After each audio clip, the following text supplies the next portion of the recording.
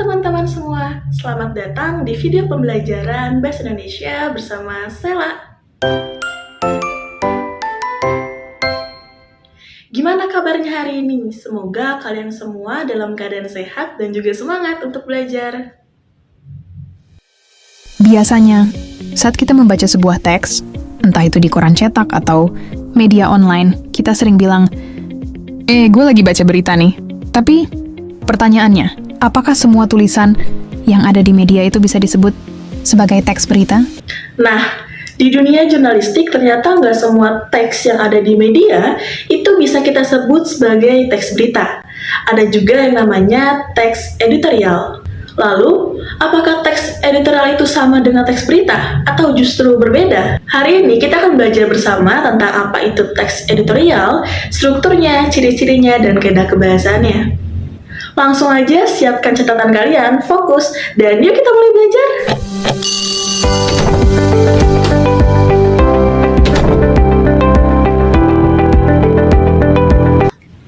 Teks berita dan teks editorial jelas berbeda, maupun dari segi isi, tujuan, dan cara penyampaiannya.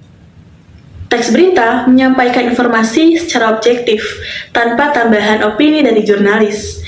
Itu adalah hal yang penting, karena bagian dari etika jurnalistik. Tapi, kalau teks editorial, isinya berupa opini dari redaksi terhadap isu yang sedang hangat-hangatnya. Penulisnya bisa mengkritik, memberi solusi, bahkan mengapresiasi terhadap suatu isu yang berkembang.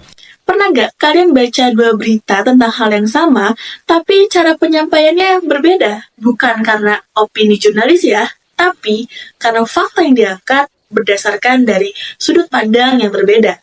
Hasilnya tetap objektif. Setelah kita mengetahui tentang perbedaan teks editorial dan juga teks berita, selanjutnya kita akan membahas tentang struktur dalam teks editorial. Dalam teks editorial, terbagi menjadi 3 struktur. Yang pertama ada pengenalan isu atau tesis. Bagian ini adalah pendahuluan yang menyampaikan sudut pandang penulis terhadap suatu isu. Isinya berupa permasalahan yang akan dibahas, biasanya hal-hal yang aktual, fenomenal, dan juga kontroversial. Yang kedua, ada penyampaian pendapat atau disebut dengan argumen. Di bagian ini, penulis menyampaikan pendapat dan juga tanggapan terhadap sebuah isu yang dibahas tadi. Pendapat ini dapat diperkuat oleh data, hasil penelitian, pernyataan ahli, atau fakta yang dapat dipercaya. Yang ketiga, ada penegasan ulang. Bagian ini merupakan sebuah simpulan, saran, dan juga rekomendasi dari penulis terhadap pihak-pihak yang terkait. Nah, setelah kita tahu tentang struktur dari teks editorial, selanjutnya kita akan membahas tentang kaidah kebahasaan.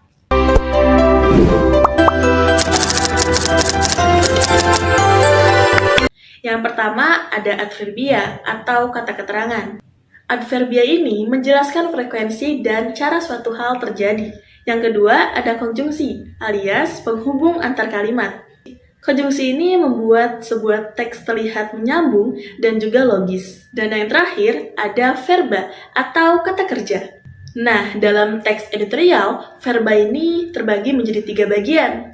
Yang pertama, ada verba material, menunjukkan tindakan nyata. Yang kedua, ada verba rasional, menunjukkan sebuah hubungan atau keadaan. Yang ketiga, ada verba mental, yang berhubungan dengan pikiran dan juga perasaan.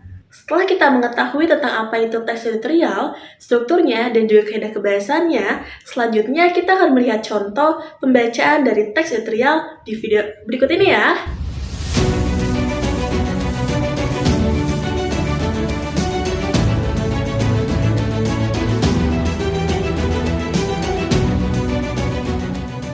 Rokok bukan sekedar kebiasaan. Ia adalah candu yang dibungkus iklan, disusupkan lewat budaya, dan diwariskan diam-diam, bahkan sebelum kita sempat berkata tidak. Indonesia adalah surga bagi para perokok, tapi bagi banyak keluarga, rokok adalah mimpi buruk yang diam-diam menggerogoti. Hari ini, saya akan membacakan sebuah teks editorial, sebuah tulisan yang menyuarakan kegelisahan, menyodorkan data, dan mengetuk logika kita semua tentang bahaya rokok bagi kesehatan di negeri ini. Mari kita simak bersama. Sebuah pepatah mengatakan, lebih baik mencegah daripada mengobati. Pepatah tersebut memberikan makna bahwa kesehatan adalah hal yang utama bagi manusia.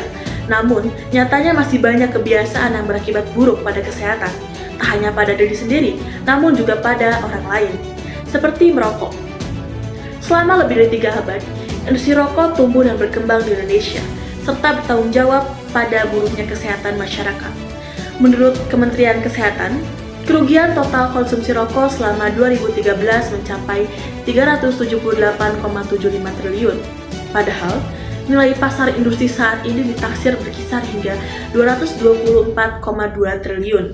Tak hanya membengkak dari tagihan pengobatan, angka kerugian lainnya juga diderita dari pembelian rokok mencapai 138 triliun. Kerugian ini berasal dari hilangnya produktivitas akibat sakit, disabilitas, dan kematian prematur di usia muda sebesar 234 triliun, dan biaya berobat akibat penyakit-penyakit terkait tembakau sebanyak 5,35 triliun. Tak hanya buruk bagi anak-anak, industri rokok juga semakin berbahaya karena mulai menyasar pada konsumen generasi muda, khususnya kalangan remaja.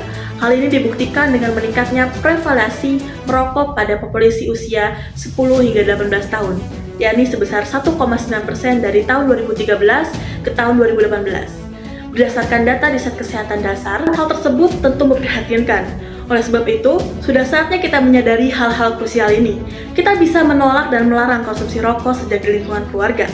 Karena industri rokok juga banyak didukung oleh pihak-pihak yang menerima keuntungan tinggi dari penjualan rokok selama berabad-abad di Indonesia. Ketika asap rokok mengempul, lebih dari sekedar paru-paru yang terkena.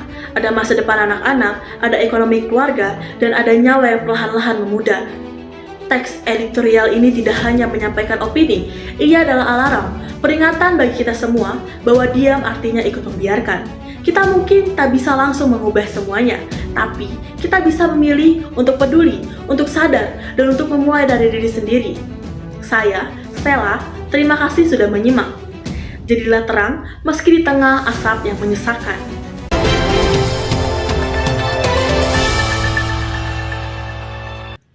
Jadi, kalau kalian baca sebuah teks di media, jangan beranggapan langsung bahwa itu teks berita. Coba perhatikan dulu, apakah teks tersebut menyampaikan fakta atau menyampaikan opini dari redaksi. Karena teks editorial bukan sekedar opini biasa, tapi merupakan opini resmi dari redaksi yang bisa mempengaruhi pembaca, membentuk opini publik, bahkan memicu perubahan.